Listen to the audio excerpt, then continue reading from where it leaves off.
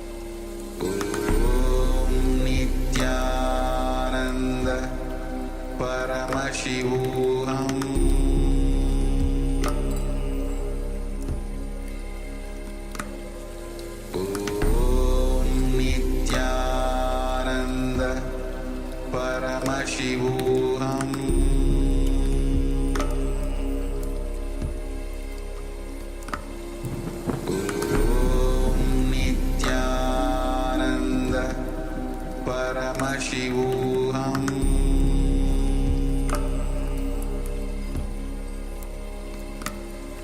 Om Nityananda Paramashivoham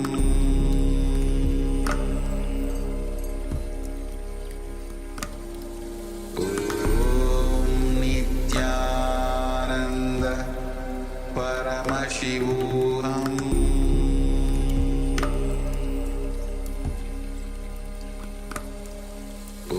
Om Nityananda Paramashivoham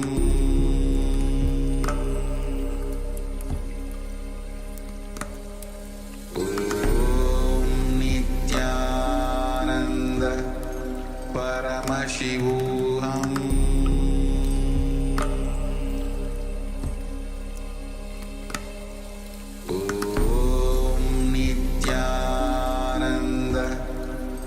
Paramashivoham Om Nityananda Paramashivoham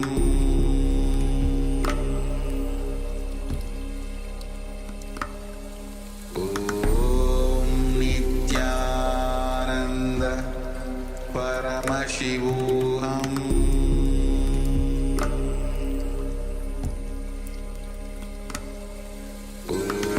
Om Nityananda Paramashivoham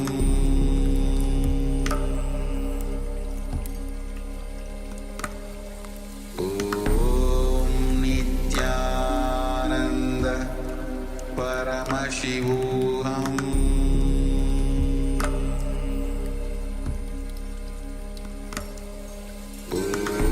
Om Nityananda Paramashivoham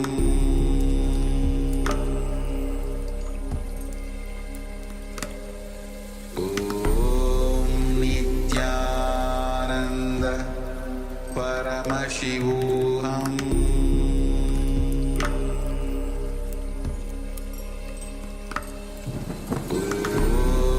Nityananda Paramashivoham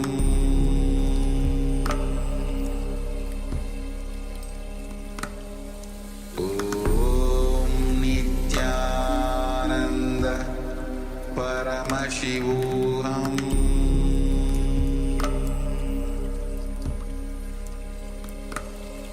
Om Nityananda Paramashivoham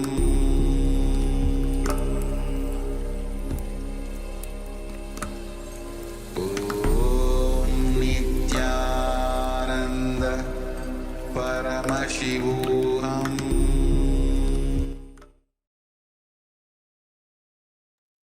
Yes. You can slowly relax and open your eyes. You can remove your eye bands.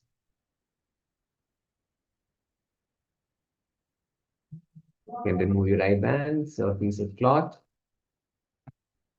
and gently allow light to fall back on your eyes. Great, fantastic. Always a powerful experience to sit in oneness with Paramashiva, having Paramashiva manifest through us. It's a very empowering experience. Great. So now let's quickly have a moment of sharing. Share what was revealed by Paramashiva. What did Paramashiva show you about the image? It may be as a few words, an image, feeling, or it could be any other thing also, anything else that is related to that image. Because Paramashiva not only reveals the two-dimensional image that we see, not just what we could see from the two eyes, but through the third eye reveals so much more than what is happening in the image.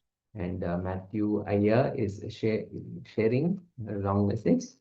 He's saying, this time when I was sitting in meditation with the master, I literally felt vibration cold air on the back of my arms throughout my heart and radiating all the way down to my toes. I can feel everything through mantra with the master. Thank you, Paramashiva. This time when I was sitting in meditation, I think it's a repeat of the same message, but powerful experience here. Thank you so much for sharing this. And yes, when you sit in oneness, the mantra is the Mahavakya. It is coded, it is packed with the presence of Paramashiva and given to us, initiated by the Supreme Pontiff of Hinduism. So just by chanting that mantra, we will be transported to that space of oneness with Paramashiva. So beautiful. And thank you so much for sharing your experience of how that oneness manifests when you simply chant the Mahavakya. Excellent. Great, Aya. Thank you so much for sharing. And we'll just have a quick moment for others also to share. And he's saying literally felt like a heart from the master. Yes, there is a universal heart that always radiates that compassion all the time. And yes, definitely hug from the master. That's beautiful, Aya. I'm so glad you were able to experience this. Thank you so much for sharing. Beautiful.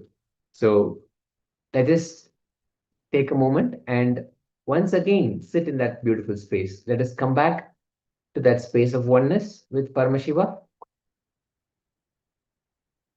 Let's now reveal the image that was being projected. So you can see what was being projected earlier. Yes, so this was the image. As you can see, this is somebody sitting in meditation and they have their hands in Chin Mudra and they have a nice Rudraksha around their wrist and very powerful image. We can see that the person is sitting in meditation in oneness with Paramashiva and which is the experience that most of us have had. And we could see some grass in the background, some greenery, but all of that is part of the background. But the image, the original picture is of the person with Chin Mudra and in meditation. And that experience is what Paramashiva has revealed to us. So that's beautiful, fantastic. So let's have a quick moment where let's just yes, and actually, Matthew, yeah, you had shared, and my co-acharya is pointing out that you have shared that the meditation, you were sitting in meditation and you could literally feel the vibration and the cold air and the cold air radiating through my heart and all the way to the toes. And that's the exact experience when you sit in oneness with Paramashiva in so many different ways that he manifests through us. That's fantastic, yeah. Thank you so much for sharing this. So let's do this. Let's once again come back to that space of oneness. Let us sit comfortably with our head, neck, and spine in a straight line as much as possible. Sit comfortably and let's hold that. Let's put that eye band back on and have the piece of cloth tied around our eyes, whichever we have with us at the moment. Let's quickly sit with the intention of manifesting Paramashiva through us. Sit powerfully with the intention to manifest Paramashiva.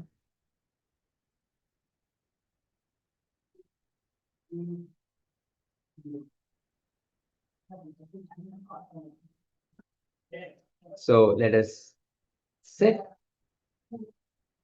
Let us chant the Mahavakya intensely. Let us again and again chant the Mahavakya, which is beautifully transporting us into that space of Paramashiva, oneness with Paramashiva. Om Nityananda Paramashivoham. Om Nityananda Paramashivoham.